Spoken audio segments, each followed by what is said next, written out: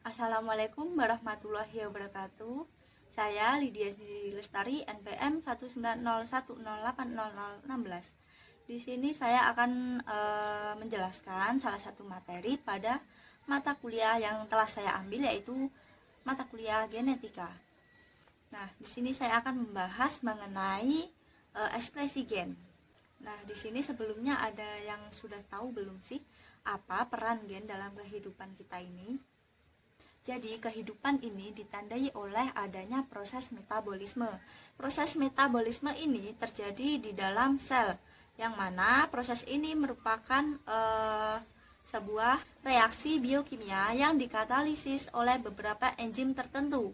Nah, dari beberapa keragaman enzim ini ditentukan oleh cetakannya, yaitu DNA. Ruas DNA yang menjadi bagian untuk mensintesis enzim adalah gen.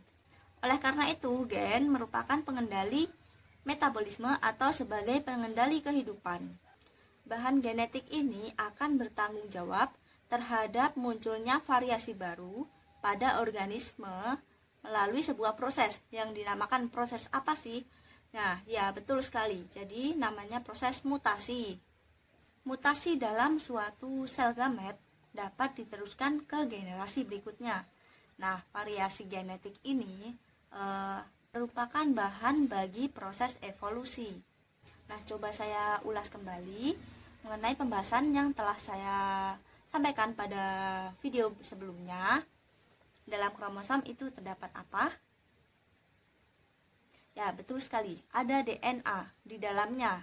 Nah, DNA ini merupakan untaian panjang, yang mana di dalam untaian tersebut terdapat banyak sekali gen. Nah, pasangan basa komplementer, yaitu adenin dengan timin, kemudian sitosin dengan guanin, merupakan sifat terpenting dari struktur DNA. Nah, struktur DNA ini dinyatakan dalam pasangan basa seperti berikut ini. Jadi, pasangan basa ini berperan dalam pewarisan sifat atau replikasi DNA dan pengaturan sifat atau ekspresi gen. Apakah sudah ada yang tahu apa itu ekspresi gen? Jadi, pengertian ekspresi gen secara simpel yaitu penerjemahan kode-kode genetik. Pada ekspresi gen ini terbagi menjadi dua proses. Apa itu, teman-teman? Ya, betul sekali. Yang pertama yaitu translasi, dan yang kedua yaitu transkripsi. Nah, sebelum membahas lebih lanjut mengenai ekspresi gen, saya akan membahas replikasi DNA terlebih dahulu. Jadi, apa sih itu replikasi DNA, teman-teman?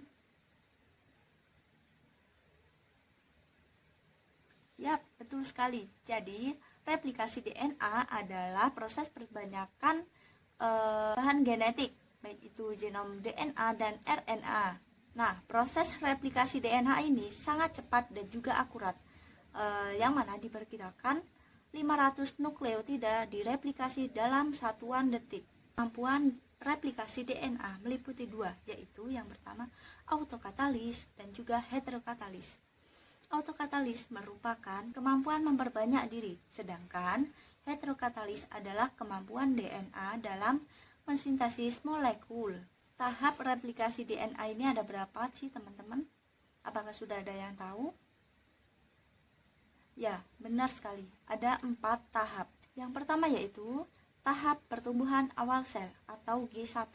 Kemudian yang kedua yaitu tahap replikasi kromosom. Yang ketiga yaitu tahap pertumbuhan sel atau G2. Dan tahap terakhir yaitu tahap pembelahan atau M, meliputi fase, metafase, anafase, dan telofase. Nah, seperti yang telah saya jelaskan sedikit kemarin, yaitu kromosom akan terlihat jelas pada tahap apa sih? Ya, metafase. Mengapa pada tahap anafase kromosom tidak terlihat jelas? Karena pada tahap anafase kromosom sudah dibagi menjadi dua. Replikasi DNA merupakan ciri DNA. Jadi, salinan identik gen dapat diteruskan ke generasi berikutnya.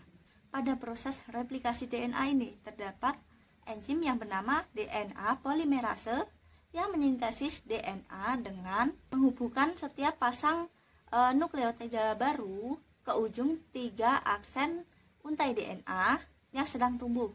Sesuai namanya ya teman-teman, DNA polimerase berfungsi untuk menyintesis DNA, sedangkan RNA polimerase adalah enzim yang berfungsi untuk menyintesis RNA. Jangan sampai ketuker ya teman-teman. Nah, replikasi DNA ini memiliki 3 macam model. Yang mana model pertama yaitu model replikasi konservatif. Apa sih itu replikasi konservatif? Ya, pada model ini rantai polinukleotida induk tidak membuka, dan kedua rantai polinukleotida yang dibentuk terdiri atas rantai polinukleotida yang baru. Kemudian selanjutnya model kedua yaitu replikasi dispersif, yang mana pada model ini kedua rantai polinukleotida berbentuk terputus-putus, yang mana menjadi cetakan DNA. Dan model yang terakhir yaitu model replikasi semi-konservatif, yang mana setiap untai DNA anak pada setiap DNA parental bertahankan untuk berpasangan dengan satu untai yang baru. Nah, dari ketiga jenis model tersebut, apakah ada yang tahu model mana yang digunakan di saat ini paling sering? Ya, benar sekali, yaitu model semi-konservatif. Mekanisme replikasi DNA yang pertama yaitu tahap inisiasi. Pada tahap ini terjadi ketika protein spesifik mengenali dan berikatan dengan sumber replikasi, yaitu tempat khusus dalam sebuah kromosom. Kemudian mekanisme selanjutnya yaitu pengolahan, yang mana replikasi berjalan pada sebuah struktur yang disebut dengan garpu replikasi. Ada beberapa enzim yang berperan pada proses replikasi ini. Apa saja itu? Ya, ada 5 ya. Yang pertama yaitu DNA helikase, yang kedua yaitu protein pengikat untai tunggal, yang ketiga yaitu RNA primase, yang keempat yaitu exonuklease, dan yang kelima yaitu DNA ligase. Pada video saya kemarin sudah saya sebutkan bahwa terdapat 3 macam RNA ya. Ya, betul sekali. Ada tRNA, mRNA, dan rRNA. Yang menempel langsung pada ribosom adalah mRNA atau RNA duta. Nah, pada awal video tadi saya sudah menyebutkan ya bahwa pengertian simpel dari ekspresi gen adalah penerjemahan kode-kode genetik. Sedangkan untuk pengertian lebih lengkapnya yaitu ekspresi gen adalah ekspresi dari informasi yang disimpan di dalam bahan genetik, yang merupakan suatu proses rumit atau kompleks yang berdasarkan pada konsep aliran atau informasi di dalam sel. Nah, masih ada lagi pengertian lain tentang ekspresi gen, yaitu salah satunya pengungkapan faktor genetik atau gen menjadi fenotip. Kemudian masih ada lagi yaitu ekspresi gen adalah penerjemahan urutan rantai nukleotida DNA menjadi urutan asam amino protein. Nah, pada ekspresi gen ini telah saya sebutkan ya tadi, terdapat 2 proses, yaitu pertama transkripsi dan yang kedua yaitu translasi. Apa sih perbedaan di antara kedua tahap ini? Yuk kita simak. Jadi, transkripsi adalah proses pemindahan dari informasi genetik dari DNA ke RNA. Sedangkan untuk translasi sendiri adalah proses pemindahan informasi genetik dari RNA ke asam amino protein. Proses transkripsi berlangsung di dalam inti sel atau nukleus, sedangkan proses translasi berlangsung di sitoplasma, atau lebih tepatnya yaitu pada bagian ribosom. Pada tahap transkripsi ini terdapat 3 proses, yaitu yang pertama inisiasi, yang kedua yaitu elongasi, dan yang ketiga yaitu terminasi. Inisiasi merupakan proses awal yang terdapat codon start atau tata box. Kemudian yang kedua yaitu tahap elongasi, yang mana pada tahap ini terjadi pemanjangan oleh bantuan enzim-enzim RNA polimerase. Dan yang terakhir yaitu proses terminasi. Pada proses ini, sinyal akan bertemu dengan codon stop, yaitu AAU dan AAA.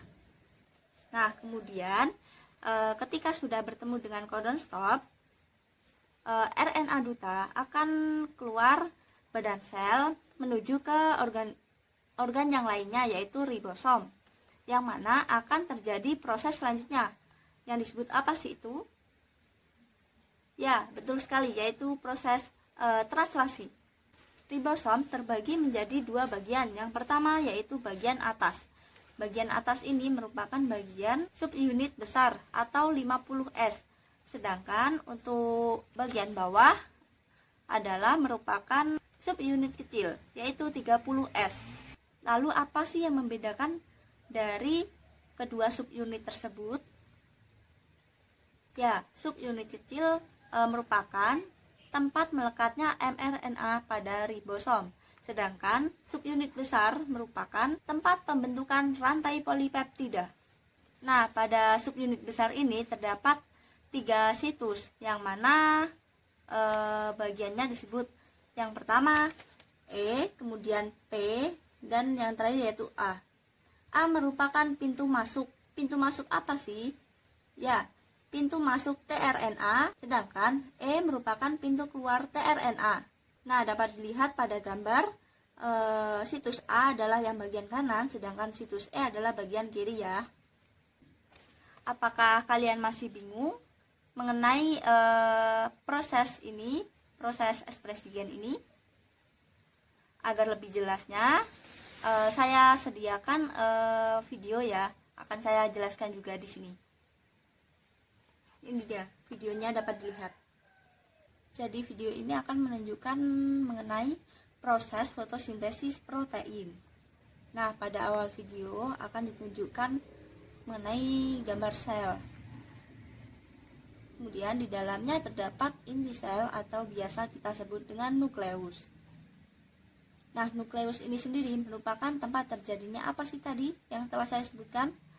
Ya, benar sekali, tempat terjadinya proses transkripsi.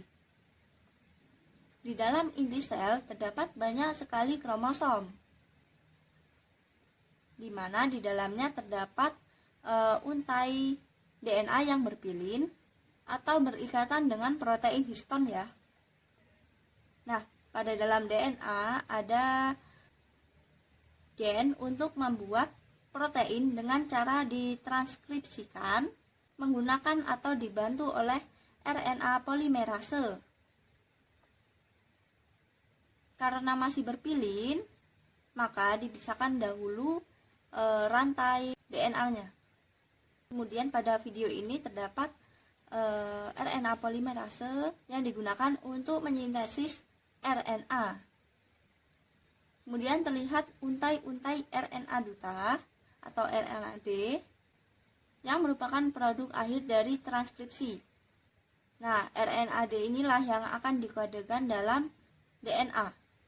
Sebelum RNAD meninggalkan nukleus menuju ribosom, nah dia dipotong terdahulu untuk meminimalisir terjadinya suatu mutasi atau kesalahan pengkodean. Nah, setelah dipotong, RNAD disambung kembali dan keluar dari nukleus. Setelah keluar dari nukleus menuju ribosom. Nah, RNAD ini menempel di ribosom bagian tengah-tengah. Kemudian ada sinyal yang memberitahu ke tRNA. Ketika di ribosom, tRNA akan melekat pertama kali pada bagian situs yang telah saya sebutkan tadi, yaitu situs pintu masuk, yaitu bagian A. Nah, pada bagian atas tRNA terdapat bulatan-bulatan kecil kan itu merupakan asam amino. Ketika masuk ke situs A, yang dilakukan tRNA pertama kali adalah mengkode kode basa nitrogen atau kode-kode genetik yang ada pada RNA duta. Kemudian pada situs P atau bagian tengah terdapat kumpulan-kumpulan asam amino. Ketika sebuah asam amino muncul ke situs A, maka kemudian asam amino yang berada pada situs P berpindah mengambil asam amino yang baru, sehingga RNA T yang ada pada situs P tidak ada asam amino lagi. Kemudian dia akan digeser ke situs E. Dan yang terakhir, tRNA akan keluar melalui situs E tersebut. Dan tRNA keluar untuk melaksanakan fungsinya lagi. Nah, demikian saja penjelasan dari saya mengenai ekspresi gen kali ini. Apabila dalam penjelasan ini saya ada salah kata, saya mohon maaf yang sebesar-besarnya. Saya akhiri. Wassalamualaikum warahmatullahi wabarakatuh.